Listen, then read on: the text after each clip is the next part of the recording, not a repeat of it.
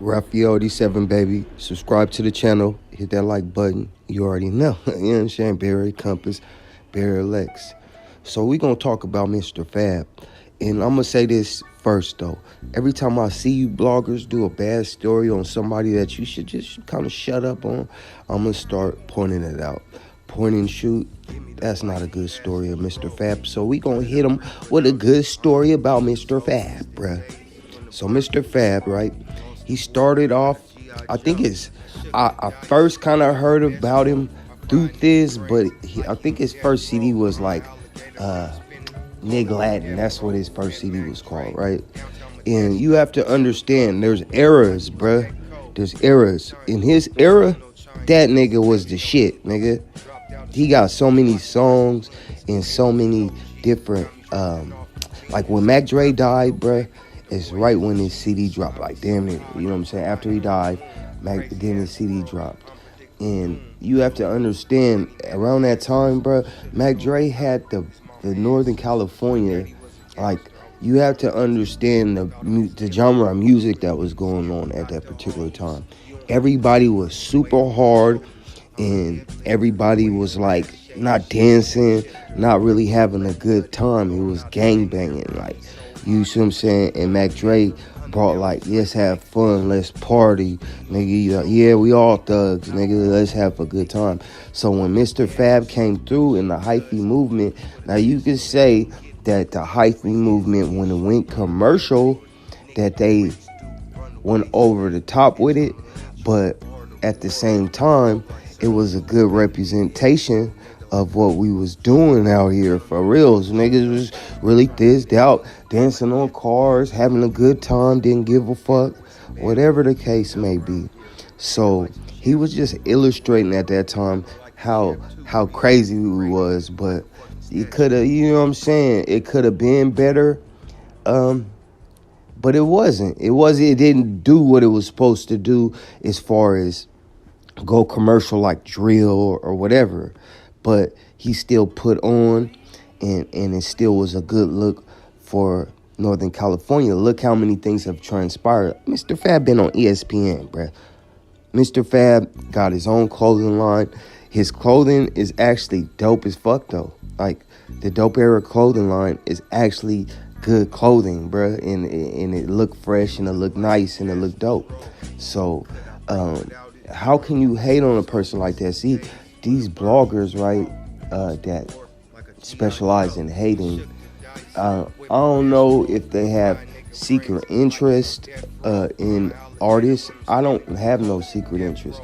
I just ain't gonna let somebody disrespect something. And you probably wasn't even old enough to even, like, see that era. So you're just going point and shoot.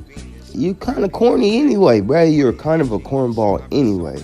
So, you know, you're going to always have a really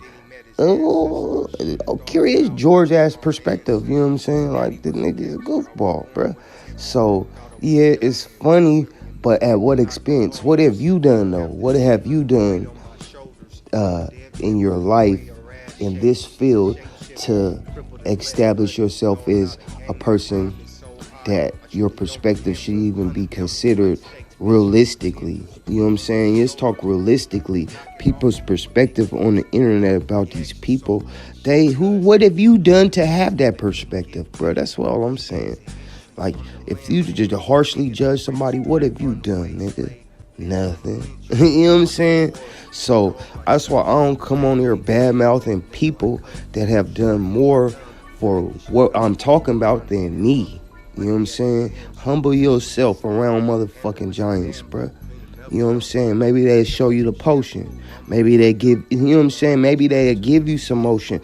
But nigga, hating never got nobody nowhere. It might get you a smidge up. But what after the hating is exhausted and people don't want to hear you hating no more, how you gonna transition out of it? See, baby Draco, see, I'ma keep it real. I talk to anybody, bruh. If you holler at Ralph, nigga, he gonna holler back, and he ain't gonna be yelling and screaming and all of that shit, because this shit don't mean too much.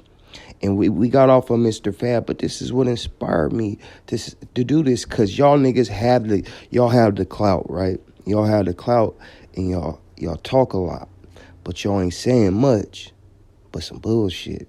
And you know what I'm saying? Reed's got to regulate. Mr. Fab is a legend. Don't disrespect him. Now, people that know him and have interactions with him, and they might have qualms with him, I'm going to let them do that. That's not for me to do, bruh. You know what I'm saying? Give a fair perspective on anybody you doing a piece on. You a journalist now, nigga. Calm your little ass down and do some good shit. That's all I'm saying, Mr. Fab. We sorry that you had to be inconvenienced with all this hating. You know what I'm saying? Keep doing your shit, Mr. Fab. Keep trying to help out your people. I seen Mr. Fab post on his Instagram something about them doing a march for somebody. I'm going to post it. For his freedom. He been locked up since a kid, and he innocent, supposedly, allegedly. So that's the type of shit Mr. Fab be doing. He a pillar in his community, nigga. Go to San Pablo, nigga. You got restaurants, barbershops, nigga. So I don't want to hear that shit when people talking bad about these people. Let DB do that. DB and Mr. Fab know each other, nigga. That's the difference. So I don't respect that.